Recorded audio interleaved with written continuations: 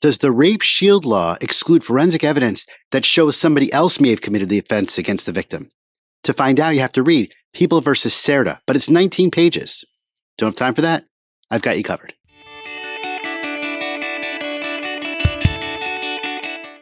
This is TLDR, Too Long Didn't Read, where I cover New York Court of Appeals cases and I try to do it in 5 minutes or less. This is the episode on the case of People versus Cerda. The citation for this case is 2023 New York Slip Opinion 05305, published by the New York Court of Appeals on October 19th of 2023. The issue in this case is whether the rape shield law excludes forensic evidence that would demonstrate or suggest that a person who's not the defendant, a different person, caused the complainant's injuries that are part of the sex offense that's charged. To understand and appreciate the context of this case, you have to understand briefly that CPL, Criminal Procedure Law 60.42, is the rape shield law. This was a law passed by the New York legislature because they were concerned that victims wouldn't come forward and assist prosecutions or report offenses if they themselves became the subjects of the trial and had to be cross-examined or admit to their own sexual pasts. So the rape shield law indicates that evidence of a victim's sexual conduct shall not be admissible in a prosecution for a sex offense unless, and then there's 5 exceptions. The 5th exception is the one that's important for this case. The 5th one says that it's determined, so it's not admissible unless, under this exception, it's determined by a court after a hearing outside the presence of the jury to be relevant and admissible in the interest of justice. So it's the interest of justice exception to the rape shield law. The facts in this case are the defendant is a 60-year-old man who was babysitting his 3 young relatives. It's alleged that the defendant sat on a couch with the victim and digitally penetrated her, after which she left, went to the bathroom, and outcried to her parents. A sexual assault examination was performed on the victim, and there was bruising on her vagina and saliva found in her vagina.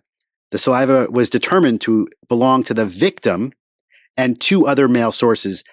It couldn't be determined who they were, but they were 2 other male sources. The defendant was prosecuted for 2 counts of first-degree sexual abuse. The defendant denied all the allegations and moved to admit the SANE exam, those sex assault examination results, to show that the injuries on the victim had an alternative, plausible explanation. The saliva shows that it could have been from masturbation or from these 2 other male sources that were not the defendant. The prosecution opposed that evidence coming in under the rape shield law, and the judge excluded those findings based upon the rape shield law of CPL 60.42. At trial, the defendant denied all the allegations, claimed the victim was mad at him, and that was the reason why she made these allegations up, and the defendant was found guilty. The defendant appealed, and one of the grounds for the appeal was this ruling on the rape shield law, excluding the evidence from the SANE exam. The appellate division affirmed the judgment and the ruling. It goes to the Court of Appeals, and here we have a majority decision and a dissent by Judge Cannataro. The majority decision says that this was a violation of the defendant's constitutional rights to present a defense. They say that the constitutional right to present a defense includes the right to put before the jury evidence that could influence the determination of guilt. Here, the excluded evidence from the SANE exam should have been admitted because they directly responded to the prosecution's theory that the defendant alone caused these injuries to the victim. The defense was that the victim allegations were untrue and that the bruising was caused by the victim herself or by a third party. The exclusion of those findings was directly relevant on that issue that the prosecution raised. It was not harmless error. The conviction was vacated and a new trial was ordered. Judge Cannataro has a long dissent where he basically says the rape shield law was designed to protect victims of sex offenses.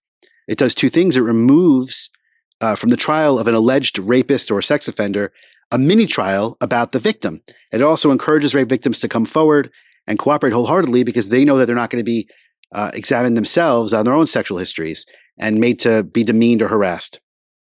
Judge Cannataro says this kind of evidence, which is speculative and of de minimis value, is exactly the kind of evidence that the rape shield law was designed to exclude. But I just want to remind you that the majority holding here is that this was an error by the trial court excluding it, that in fact this should have been allowed to come in upon application of the defense because it by excluding it, it deprived the defendant of his absolute right to present a defense at the trial. That's the case of People versus Sergio Cerda. Have a good day. If you like what you just saw and want to see more just like it, please hit like or subscribe to let me know.